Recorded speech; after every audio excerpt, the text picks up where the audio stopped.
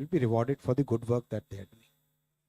Second है railway employees के लिए प्रोडक्टिविटी लिंक बोनस, 2029 करोड़ रुपए का प्रोडक्टिविटी लिंक बोनस आज माननीय प्रधानमंत्री जी की अध्यक्षता में कैबिनेट में अप्रूव हुआ है। और ये रेलवे ने जो बहुत अच्छी परफॉर्मेंस की है उसके कारण ये संभव हो पाया है। इससे 11,72,240 एम्प्लॉयज़ को बेनिफिट होगा।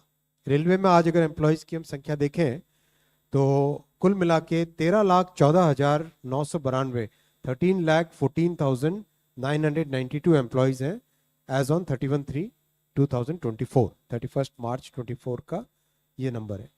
और इसमें करीब 1,19,952 तो लास्ट फाइनेंशियल ईयर में ही ज्वाइन किए, और वो अगर आपको ध्यान होगा करीब 1,54,000 के आसपास टोटल रिक्रूटमेंट किया गया था पिछले 2-2.5 वर्षों में।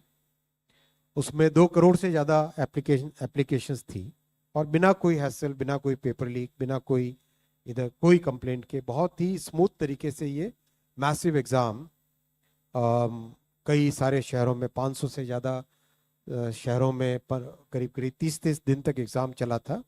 15 लैंग्वेजेस में कई सारी शिफ्टों में एग्ज़ाम हुआ था, उसके कारण ये ज्वाइन किए थे।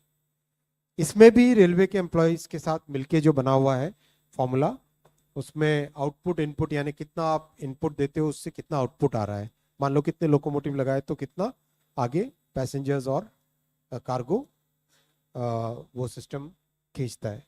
वैसे ही ऑपरेटिंग रेशियो यानी कॉस्ट कितनी है और आपकी रेवेन्यू कितना है, इन सब का ध्यान रखते हुए इन दोनों को 50% वेटेज दिया गया है। इस फॉर्मूले से 76 डेज का बोनस बनता है, लेकिन आज कैबिनेट ने 78 डेज का बोनस अप्रूव किया है in recognition of all the good work that railway employees are doing. अभी वैकेंसीज 58,642 है जिसमें अभी रिक्रूटमेंट का काम चल रहा है।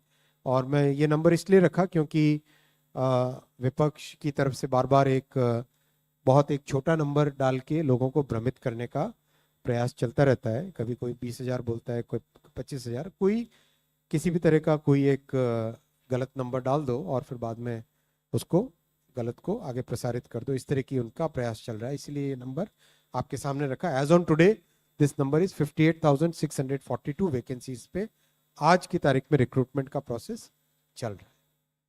और एनुअल कैलेंडर से चल रहा है, जो कि 50-60 साल से नहीं हो पाया था, वो मोदी जी ने अपने कार्यकाल में किया।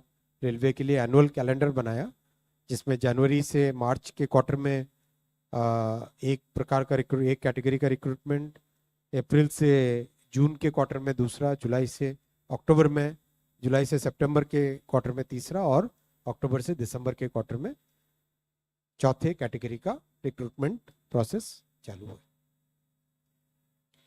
मैं आप सबको एक बार फिर